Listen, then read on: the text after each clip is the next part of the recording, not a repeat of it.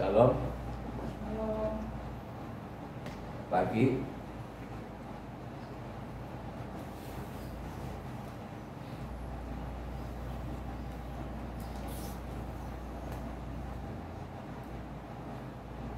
Sudah membaca belum?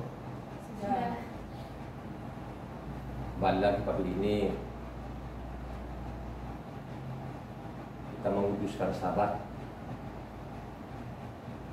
Tuhan sudah memberikan 6 hari yang lainnya untuk melakukan kegiatan. Hari ke-7 inilah kita boleh mendengar suara Tuhan. Jadi suara Tuhan itu bukan secara audible. Jadi suara Tuhan itu ada di kitab ini. Dalam kitab suci itu ada suaranya, ditulis oleh nabi-nabinya. Jadi setiap kamu baca kitab suci, di situ kamu bicara dengan Tuhan. Amin nggak saudara? Setiap kamu baca kitab suci itu, disitulah kamu bicara dengan Tuhan. Jangan terkecoh saudara ya. Sekarang ini banyak sekali yang bicara kepada Tuhan. Tidak tahulah, dia tahu dari mana itu suara Tuhan. Tapi suara Tuhan yang dimaksud itu adalah isi kitab suci ini. Setiap orang yang baca kitab suci dengan rendah hati, disitulah dia bicara dengan kepada Tuhan. Ya. Jadi kalau saudara itu membaca kitab suci, bukan berarti nanti saudara untuk jadi sombong, bukan begitu. Jadi kalau saudara membaca kitab suci itu supaya saudara nanti tahu apakah yang dari mimbar ini dengan isi kitab suci itu bertentangan nggak? Hanya persoalan sekarang banyak orang yang membaca kitab suci itu dia sebagai orang beragama. Nah kalau pada waktu ngomong atau baca kitab suci ini sebagai orang Kristen kan gitu, itu yang jadi masalah. Akhirnya apa? Melawan Tuhan. Supaya kita ini tidak melawan Tuhan, makanya panduan kita, buku panduan kita adalah apa? Kitab suci. Kitab suci dari mana? Kejadian sampai Wah, itu panduan kita, gitu kan? Kita membaca kitab suci, kita tahu nanti apakah dari mimbar ini sesuai nggak isi kitab suci, kan begitu ya. Kalau tidak sesuai ya kita buang, kita nggak mau, kan begitu. Oleh karena itu ya, supaya kita ini memiliki kewaspadaan, kan begitu, kita harus baca kitab suci gitu. Dengan kita membekali diri kita baca kitab suci, ya, pasti nanti dalam hidup kita ada filter namanya. Nah, filter itu menyaring saudara. Misalkan orang teknik, seorang teknik mesin ini saudara ya. Jadi saya tahu itu namanya filter. Filter itu berlapis-lapis ya saudara. Ya. Jadi material kecil apapun di dalam itu kan dia nyangkut di filter itu. Yang masuk di dalam mesin itu, ya. Misalnya ada solarnya, itu filternya berlapis-lapis. Jadi solar itu disaring sedemikian rupa supaya dia bersih. Ya. Begitu juga lah saringan oli atau filter oli itu, ya disaring oleh namanya filter. Jadi hidup kita harus ada filter, ya, untuk menyaring semua yang tidak benar. Yang tidak benar dibuang, ya, tahan, buang. Ya. Oleh karena itu supaya kita baca kitab suci gitu kan. Supaya kita ini jangan musuhnya Tuhan, gitu. Supaya kita ini jangan musuhnya Tuhan, ya. Karena itu jadi jemaat harus membaca kitab suci itu dengan benar, dengan baik gitu kan. Harus itu baca kitab suci itu mutlak, ya. Jadi bukan relatif ya. Jadi mutlak. Seorang beriman yang memiliki Tuhan itu mutlak, ya. Pagi itu harus saudara berdoa, habis doa itu baca kitab suci, baru saudara akan cari nafkah. Itulah yang dikehendaki oleh Tuhan, kan, ya. Jangan melihat namanya isi kitab suci ini karena isi kitab ini tebal, kan begitu, terus Anda merasa muak, merasa bosan. Nah, kalau sudah seperti itu, saudara tidak akan dapat apa-apa. Sekalipun saudara nanti baca, mungkin tidak ada yang masuk. Ya. Oleh karena itu, marilah kita dengan rendah hati bacalah kitab suci ini. Karena saya ini sudah 21 tahun ya, saya baca isi kitab suci dari Kejadian sampai Wahyu ini sudah 142, mau masuk 142 ya. Bayangkan aja dari Kejadian sampai Wahyu ini saya baca ini 21 tahun ini, sudah saya masuk sekarang ini ke 142 ya. Jadi kalau saudara survei di sana, di luar sana, hampir nggak ada loh saudara ya. Apalagi yang baca ini dari tahun 2000 sampai saya bicara ini tidak pernah putus, mungkin hampir nggak ada ya. Karena saya tahu saudara isi kitab suci tebal sekali ya, dan hurufnya kecil-kecil ya. Apalagi kalau ada orang bilang nanti 2 minggu 14 hari itu dari Kejadian sampai Wahyu, hampir tidak ada saudara ya. Saya sudah habiskan karena sekarang ini saya sudah masuk ke 12 kali dari Januari kemarin sampai saat bicara ini mau masuk ke 12 kali ya, dari Kejadian sampai Wahyu. Artinya setiap bulan itu saya 1 bulan kurang, ada yang 20 hari, ada yang 19 hari, ada yang 21 hari dari Kejadian sampai Wahyu ya. Saya baca kitab suci ini. Setiap saya khotbah itu kan saya akan tanya kepada jemaat, apakah jemaat itu sudah membaca kitab suci atau belum kan. Saya peringatkan terus, kasih warning kan ya. Apalagi sekarang kejadian-kejadian yang ada di kolong langit sangat mengerikan saudara ya. Jadi kalau orang membaca kitab suci itu pasti saudara ya akan ada rasa takut ya. Takut kepada siapa? Takut kepada Tuhan. Takut bukan pada Tuhan itu, oh ada Tuhan yang lewat kita sembunyi, bukan seperti itu yang dimaksud. Takut kepada Tuhan, ikuti perintahnya, jangan sampai kita melalaikan perintahnya ya. Jadi supaya kita tidak lalai dari firman-nya itu, makanya perlu kita membaca gitu kan, supaya kita tahu nanti dari mimbar ini sesuai enggak di dalam isi kitab suci. Jadi hari ini pembacaan kitab suci terambil dari Mattithiah. Jadi Mattithiah ini nama orang loh saudara ya. Jadi nama aslinya dia itu dari lahirnya ya, dari perut ibunya itu bernama Mattithiah. Mattithiah itu artinya karunia Yahweh. Artinya loh ya, jadi orang Israel itu nama-namanya nggak seperti sembarangan dikasih nama. Dia namanya ada artinya. Salomo ada artinya kan begitu. Ya, nabi-nabi itu ada aslinya lah nama-nama itu. Jadi orang Israel itu tidak sembarangan kasih nama. Nah inilah yang dipelintir oleh bangsa-bangsa. Dia bernama Matius, dia Mateo. Terus kalau dia bilang itu salah, wah kita kok repot-repot masalah nama. Kalau kita bilang itu bukan namanya Tuhan kita, itu loh nama kamu kok ribut-ribut masalahnya. Nama itu tidak penting bagi kami. Wah ini kejahatan sudah. Ini kejahatan, yang ngomong ini juga pun nggak tanggung-tanggung loh saudara. Ada titelnya, nama kok kita ribut.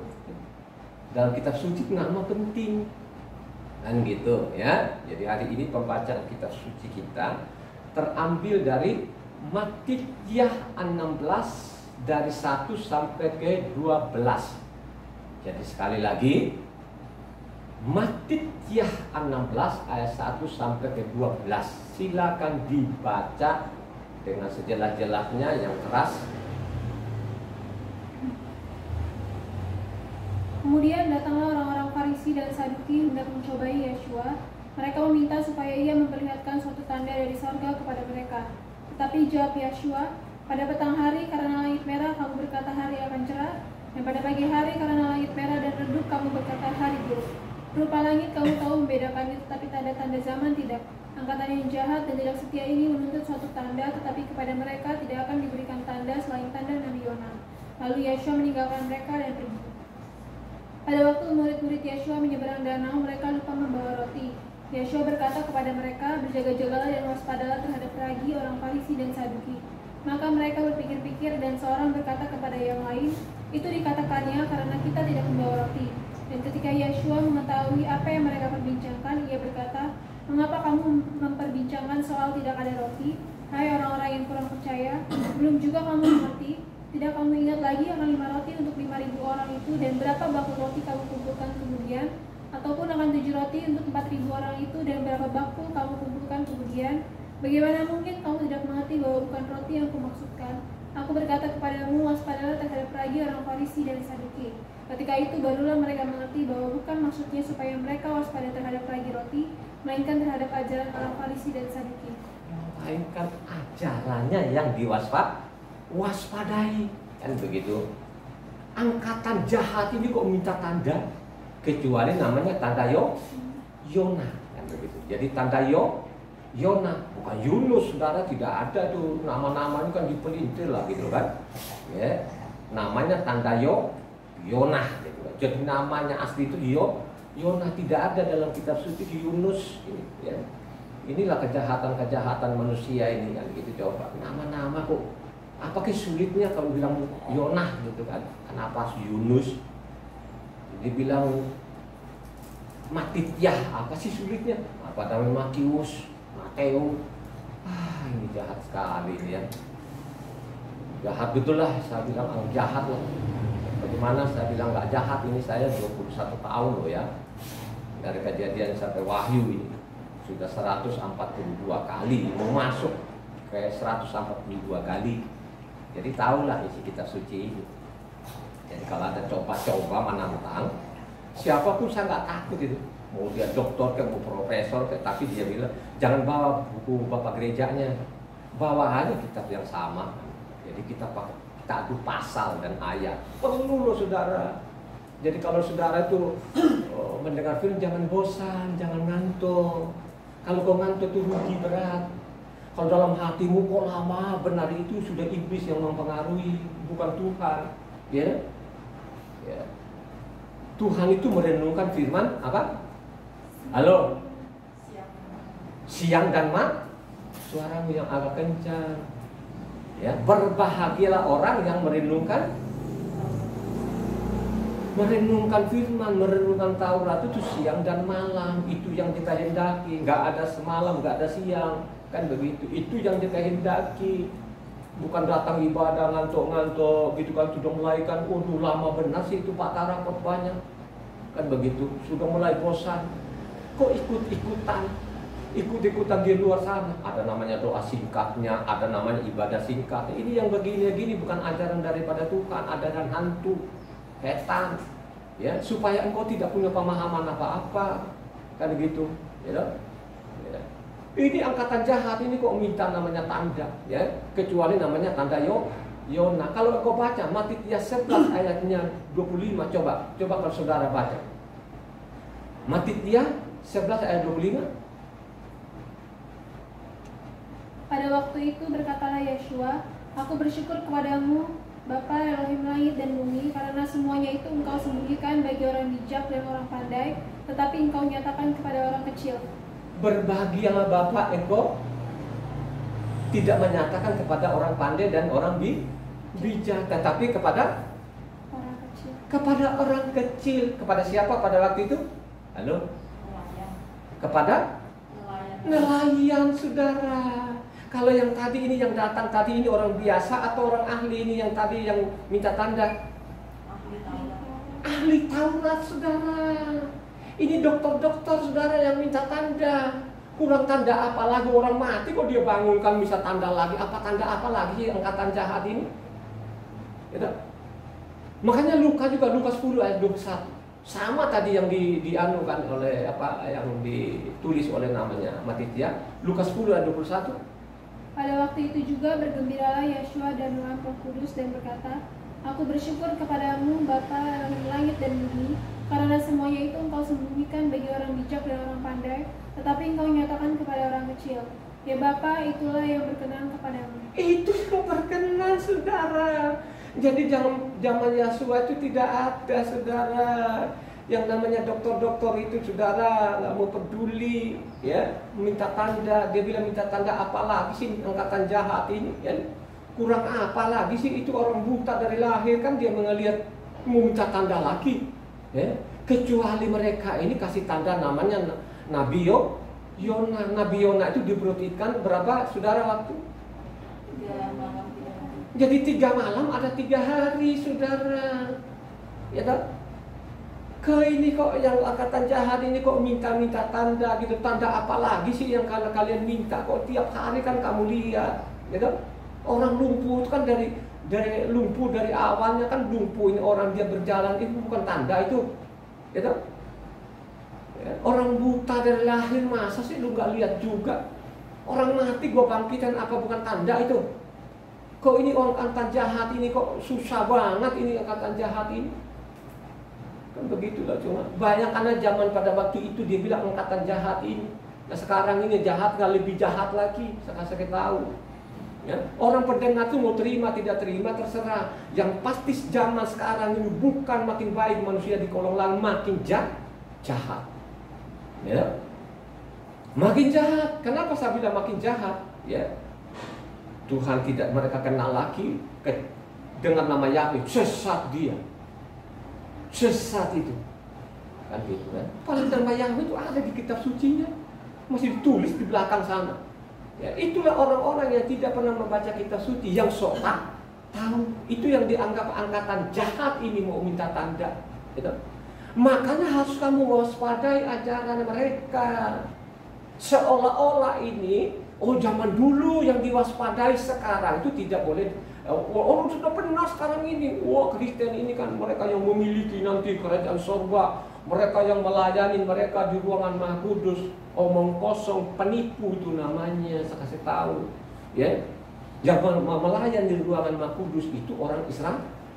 Israel itu bukan sembarang Israel yang masuk di situ.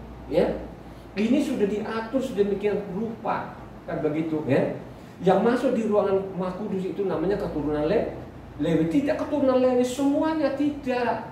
Ya, dari keturunan namanya Aharon. Jadi yang masuk di ruangan Maha Kudus itu kekal adanya, itu namanya keturunan Aharon. Aharon itu adalah imam besar. Jadi setiap tahun itu mereka tuh masuk di ruangan Maha Kudus, kan begitu, dengan darah saudara, gitu. Dengan darah. Tanpa darah itu tidak mungkin menghapus dosa, kan begitu, ya. Jadi jangan orang sembarangan, kami lah nanti yang ruangan Maha Kudus. Ya, tidak ada di dalamnya. Itulah yang diwaspadai.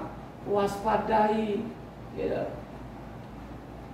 Bagaimana kita memiliki kewaspadaan tadi itu? Kita harus membaca kitab suci dari Kejadian sampai Wahyu, saudara. Ya, sehingga kita ini memiliki pengetahuan, sehingga kita ini tidak ditipu, gitu loh. Ya. Rasul Saul sendiri pun sudah diperingatkan juga melalui tulisannya. Tulisannya di mana? Kalau Eko baca namanya Galatia 1 ayatnya 8-9, baca saudara. Ya.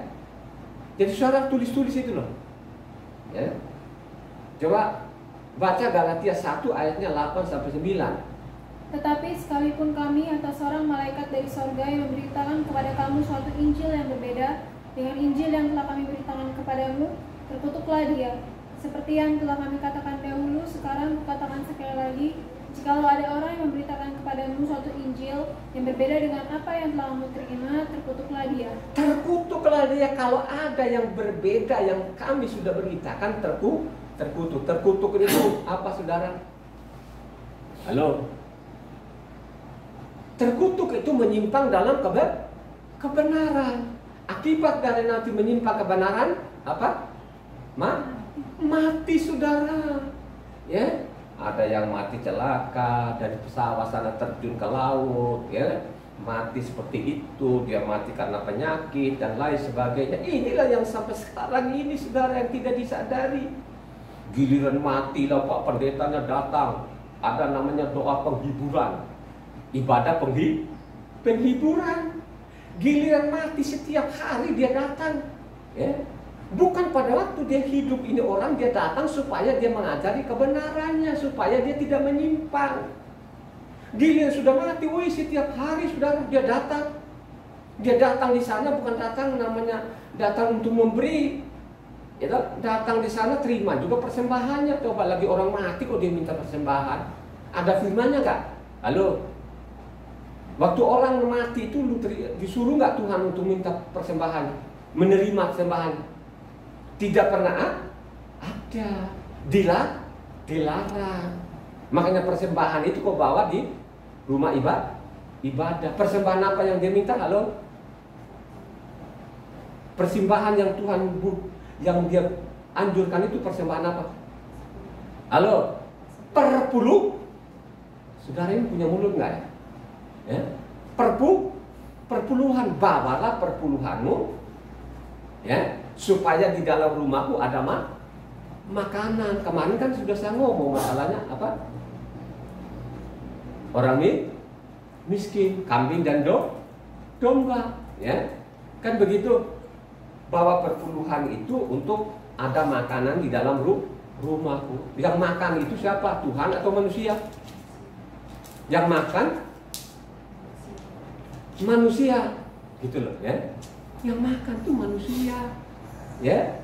Jadi untuk orang-orang Lewi, untuk imam-imamnya, untuk namanya janda, namanya orang miskin, itu perpuluhan boleh, kan gitu. Karena kalau di dalam kitab suci itu kan makanya disediakan kotak di depan sini. Nanti orang bawa perpuluhan. Perpuluhannya di dalam itu bicara uang atau apa, sudah? Tidak bicara uang. Perpuluhan di dalam adalah gandum, domba, kan gitu, ya. Tidak bicara uang, saudara. Makanya kalau nanti jauh nanti untuk perpuluhan sana, makanya uangkan dulu gitu loh. Domba ntar jual dulu lah situ yang dekat. Nanti sampai sana baru kau beli domba lagi, baru bawa ke situ. Kan begitu isi kitab sucinya, ya. Inilah yang dikatakan harus kamu waspadai ajarannya, kan begitu. Waspadai ajarannya supaya kita memiliki kewaspadaan, ya tak? Kita baca kitab suci, bacalah setiap hari, saudara, gitu. Sehingga engkau tidak sembarangan ketemu rumah ibadah satu masuk, ketemu lagi, oh itu kan kebenaran apaan? Ya, kebenaran bagaimana? Lu tolak semua perintah-perintah Tuhan, gimana? Gitu? Ya. Pada zaman Yosua itu orang Israel sudah melakukan Taurat nggak? Halo? Ya? Pada waktu Yosua ada di bumi itu ada nggak orang Yahudi itu melakukan Taurat? Pada waktu dia datang itu sudah tidak ada lagi yang mengenal namanya Taurat. Ya? Mungkin pada waktu lahirnya berjalanlah waktu selama dia 30 tahun, itu kan makin mereka meninggalkan Taurat. Makin meninggalkan kah atau mereka masih patuh Taurat? Meninggalkan, masih terdeteksi dalam isi kitab suci. Baca Yohanan 7 ayat 19. Ya. Saya nggak pakai konsep, saudara. Saya nggak pakai konsep. Saya pakai pasal dan ayat saja. Saudara nanti mau terima tidak terima itu faktanya begitu. Ya tak? Tuhan tuh nggak mau suruh konsep-konsepan seperti itu. Kita pakai pasal dan ayat saja. Coba baca nama Yohanan 7 ayat 19. Bukankah Mose yang telah memberikan hukum Torah kepadamu, namun tidak seorang pun di antara kamu yang melakukan hukum Torah itu. Mengapa kamu berusaha membunuh aku? Jadi saya tanya, pada waktu di Kejaran ada nggak yang melakukan Taurat? Halo? Tidak ada seorang pun. Tidak ada seorang pun. Yang mereka lakukan apa? Kitab apa? Talmudnya tadi itu, saudara. Yang mereka anggap itu penipuan juga ini bangsa Israel ini mengajarkan namanya orang Israel itu ada namanya Talmud lisan dan ada namanya Talmud apa tertulis. Itu penipuan, saudara. Saya selidiki tidak pernah ada. Yang ada itu namanya Taurat tulisan, kan begitu, ya. Tulisan, tidak boleh kamu tambahi dan boleh mengurangi. Kurang apa lagi? Itulah yang dia bilang supaya kita memiliki kewaspadaan. Jadi kalau kamu memiliki kewaspadaan itu harus kamu bacalah kitab suci ini. Jangan malas, jangan bosan, gitu. Ya. Kalau nanti engkau ini sengaja loh ya. Kalau kau sengaja kan sudah ada firman Tuhan. Ya, kalau dulu kan kita kan udah ikut saja kan gitu. Tapi kalau sesudah kita baca, kita lalai, wah itu hukuman mati saudara, jangan boleh main-main loh ya. Hukuman mati nggak ada ampun-ampun loh, kan begitu ya. Kita sudah ini seperti saya ini dengan keluarga saya, istri saya, kedua anak saya dengan sengaja itu dihukuman mati kamu, gitu. Supaya kita tidak melanggar itu makanya kita baca, ya. Supaya kita baca. Tapi sesudah engkau baca, sesudah engkau mengenal kebenaran, tidak ada pengampunan di hukuman mati.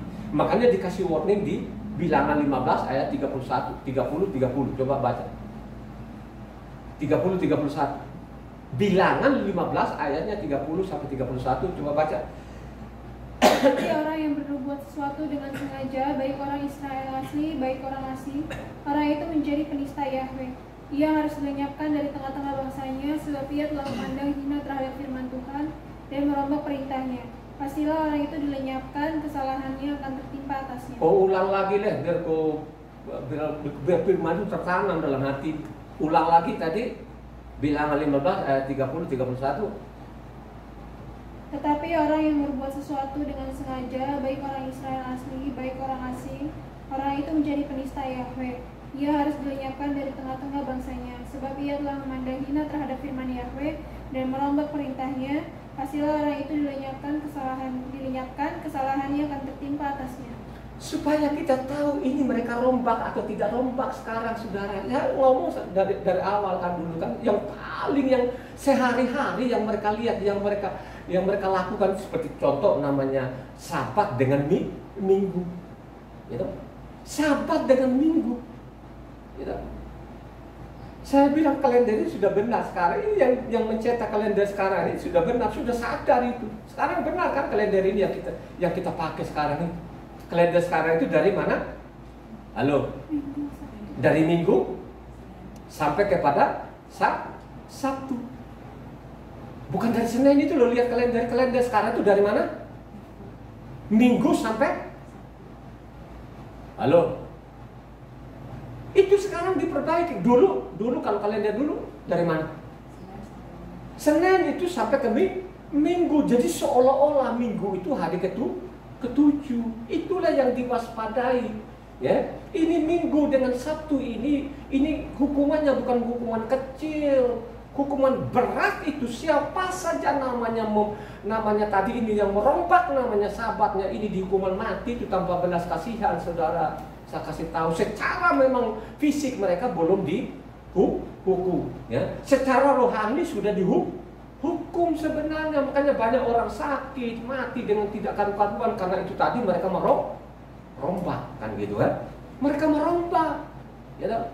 Jadi Israel itu dari dulu itu sudah muak, memang sudah bosan namanya firman Tuhan. Dari mana mereka? Dari keluar ini pun mereka sudah jahat sebenarnya. Kurang apa lagi di padang pasir ini kan selama 40 tahun itu, coba kasutnya tidak pernah rusak, ya toh? Coba bajunya nggak rusak, apalagi sih? Tiap hari ini sudah makan ini mana ini sudah berumpul puyuh juga bersudah, ya. Coba kurang apa lagi? Semuanya sudah lengkap, tapi apa yang terjadi? Ya, ideal itu bilangnya apa? Apa itu? Apa? Mana itu sudah mereka muak bilang, udah mana terus lagi ini, mana lagi? Sama kami sudah ada nggak firman Tuhan mereka muak lihat mana itu? Ya, di mana? Ya, baca Bilangan 21 ayat 5 sampai 6. Baca saudara supaya kau ini memiliki pengetahuan. Sudah, kalau tidak kau mati konyol nanti ini. Ini sudah kejadian di kolong langit ini. Dengar saja yang saya omongin, saya pakai pasal dengan ayah saudara. Ya, saya nggak mau pakai buku bapak gerejanya dia di luar sana. Saya nggak mau, itu haram namanya, saya nggak mau itu. Ya. Coba baca dong. Lalu mereka berkata-kata melawan Tuhan dan Mose, mengapa kamu memimpin kami keluar dari Misraim, supaya kami mati di padang gurun ini? Sebab di sini tidak ada roti dan tidak ada air, dan akan makanan hambar ini kami telah muak. Lalu Yahweh menyuruh ular teduh ke antara bangsa itu yang memagut mereka, sehingga banyak dari orang Israel yang mati. Akibatnya apa? Kami sudah muak ini, mana ini? Tidak ada roti. Loh, itu kan sudah roti. Akhirnya apa? Akibatnya apa? Dipagut?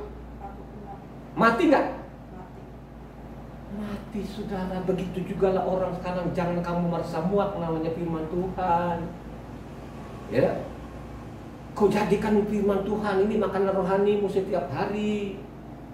Ya, kau bangun dari tempat tidurmu itu jangan kau cari roti dulu. Ya, carilah namanya firman Tuhan melalui pembacaan.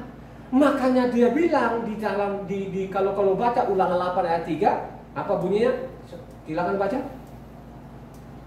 Ulangan 8 ayat 3. Jadi ia merendahkan hatimu, membiarkan engkau lapar dan memberi engkau makan mana yang tidak kau kenal dan yang juga tidak dikenal oleh nenek moyangmu, untuk membuat engkau mengerti bahwa manusia hidup bukan dari roti saja, tetapi manusia hidup dari segala yang diucapkan Yahweh. Halo, kalau kau hidup itu yang mana lebih penting? Firman atau yang sementara tadi yang 70-80 tahun? Perlu nggak firman itu tiap hari kau baca? Relatif atau mutlak? Mutlak, saudara. Itulah makanan abadi. Itulah yang dia bilang tadi. Harus kamu memiliki kewaspadaan. Supaya kamu mewaspadai ini, makanya harus namanya membaca kitab suci. Berbahagialah orang yang merenungkan firman siang dan malam. Itu yang paling penting, saudara. Ya? Bukan kau datang di sini kau ngantuk-ngantuk, kau mulai nggak sopan sekali itu yang begitu-begitu. Mendingan kau tidur aja di rumah, mau ngapain kau datang ibadah? Orang-orang seperti itu datang hanya ngantuk, mendingan suruh pulang deh. Ya, itu menjadi batu sandungan loh, saudara. Orang-orang itu jadi batu sandungan seperti itu. Artinya orang itu tidak punya selera. Apalagi kalau pakai pasar di luar sana loh, pakai air, makin ngantuk, saudara.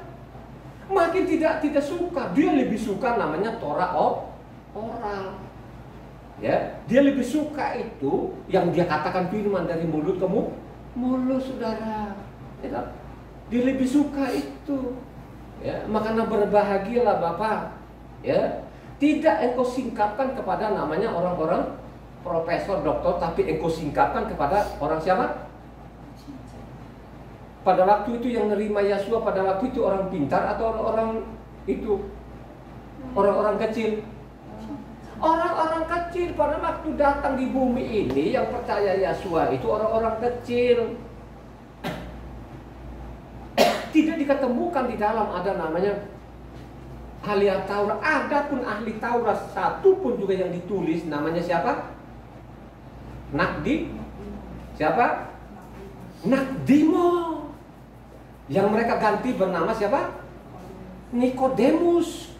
Ini kan itu kejahatan, saudara. Gitu? Mereka ganti namanya Nakdimo, tadi mereka bilang Nikodemus. Jadi yang kita baca ini parah, saudara. Parah betul-betul, saudara. Yang ditulis terjemah-terjemahkan di dalamnya itu udah parah. Tapi kalau kita tak baca kitab suci, makanya kita tahu apakah ini benar atau tidak. Ya, contoh. Misalnya sekarang saya membaca ini kan gitu. Misalnya Ulangan Keluaran 6 ayatnya 1-2. Ibu Ana baca. Baca sesuai namanya ini yang dipakai kita sekarang ini kan Lembaga Kitab Indonesia. Ya. Selanjutnya berfirmanlah Tuhan kepada Mose, Akulah Yahweh. Aku telah menampakkan diri kepada Abraham, Ishak, dan Yakub sebagai Tuhan yang Maha Kuasa. Tetapi dengan namaku Yahweh, aku belum menyatakan diri. Namaku belum itu benar nggak terjemahkan Ibu Ana? Salah. Salah kan? Salah, terjemahkan itu salah. Tapi ditulis dalam Lembaga Kitab Indonesia seolah-olah itu belum menyatakan namanya. Tapi kalau kita baca kitab suci dengan benar-benar berketahuan bahwa dia sudah menyatakan namanya, di mana menyatakan namanya. Ini kita telusuri, jangan bosan ditulis loh, saudara. Ditulis ini saudara ini supaya saudara itu memiliki pertanggungjawaban kalau ada yang nanya bahwa itu yang benar itu. Coba Ibu Ana yang benar yang mana? Baru nanti kita sinkronkan. firman yang lain, tulisan yang lain. Ya. Yang benar itu coba yang Ibu Ana tahu itu.